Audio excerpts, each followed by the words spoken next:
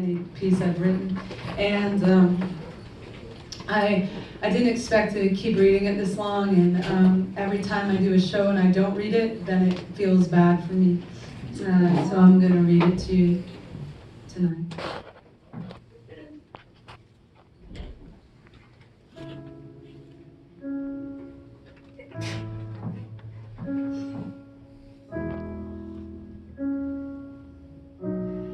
When the first responders entered the Pulse nightclub after the massacre in Orlando, they walked through the horrific scene of bodies and called out, "If you are alive, raise your hand." I was sleeping in a hotel in the Midwest at the time, but I imagine in that exact moment, my hand twitched in my sleep, some unconscious part of me aware that I had a pulse, that I was alive. The next day, I woke to the news that an assault rifle had fired 202 bullets through a gay bar on Latin night in one of the worst massacres in US history. A massacre of people who did not leave the dance floor when they heard gunshots because they thought they were just the beats of a song. Everyone around me spent that day grieving, and every tear tasted like someone's dance sweat drying in the morgue.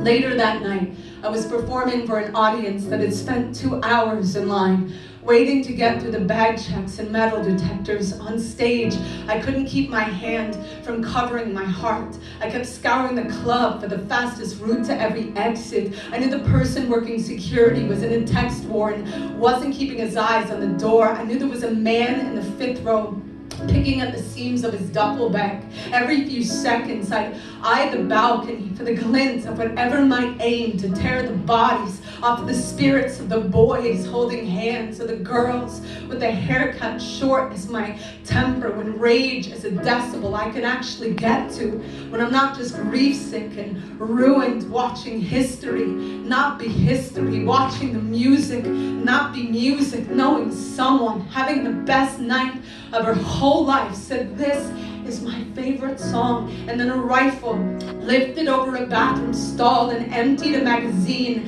into the kidneys of a grown man texting mommy, "I'm gonna die," his handprints in blood on the wall, reaching for people dying in the fetal position, people covered in their friends' blood, sobbing too hard to hide from their own deaths, people outside pushing bandanas into bullet wounds. It's true what they say about the gays being so fashionable. They're ghosts. They never go out of style. Even life, it's like funeral practice. Half of us already dead to our families before we die. Half of us still on our knees trying to crawl into the family photo.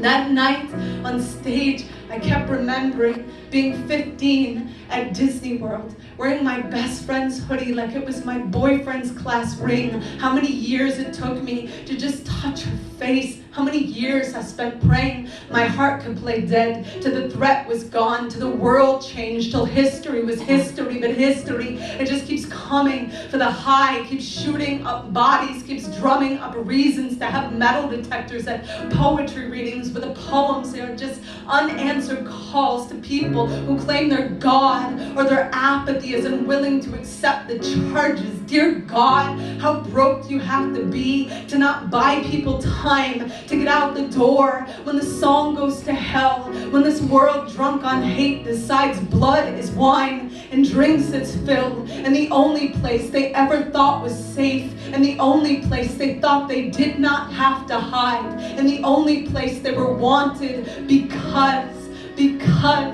of who they loved and how they loved, till someone walked through their bodies and asked who was still alive, and hardly anyone put their hand up.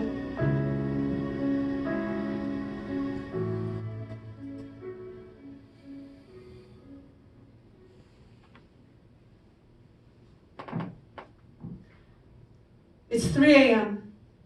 The emergency room psychiatrist looks up from his clipboard with eyes paid to care and asks me if I see people who aren't really there.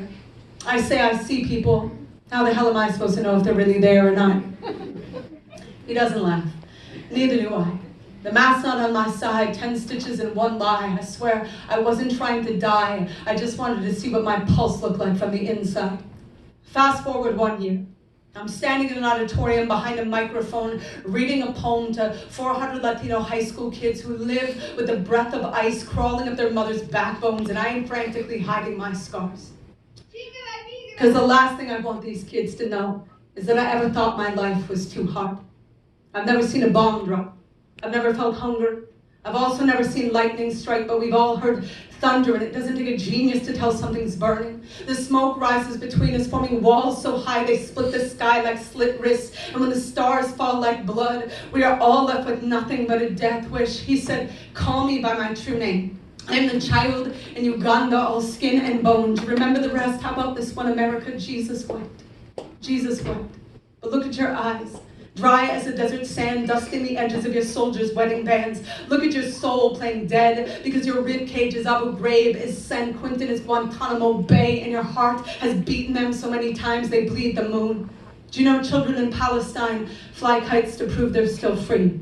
Can you imagine how the strain must feel between their fingers as they kneel in the cinders of US-made missile heads? You can count the dead, but the colors in the sky. The bow is breaking. The cradle is falling. Right now, a 6-year-old girl is crushed in a ditch in Syria, wishing on falling bombs. Right now, our government is recording the test scores of Black and Latino 4th graders to see how many prison beds will be needed in the year 2031.